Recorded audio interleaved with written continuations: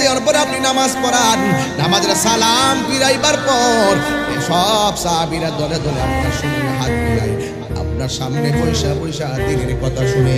কিন্তু আমার চেহারাটা কালো বলে, আমার জিহ্বাটা খাটো বলে, আমার দাঁতগুলো উঁচা বলে, আমি দেখতে একটু কেমন কেমন লাগে। এই জন্য আমি শরমে আপনার সামনে যাই না। আজান দেই একামত দেওয়ার পরে একামত দিয়ে আমি পরে চলে যাই।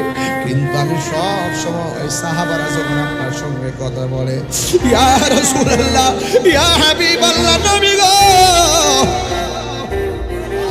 সব সাহাবীরা কথা কয়, কিন্তু আমারও তো কথা বলতে মনে চায়, কিন্তু আমার চেহারাটা ভালো না থেকে সুন্দর সুন্দর সাহাবীর সামনে আমি যাই না। কিন্তু আমি একটা আমল নিয়মিত করি, পাই কি, আমি সব সময় ওযু রাখি।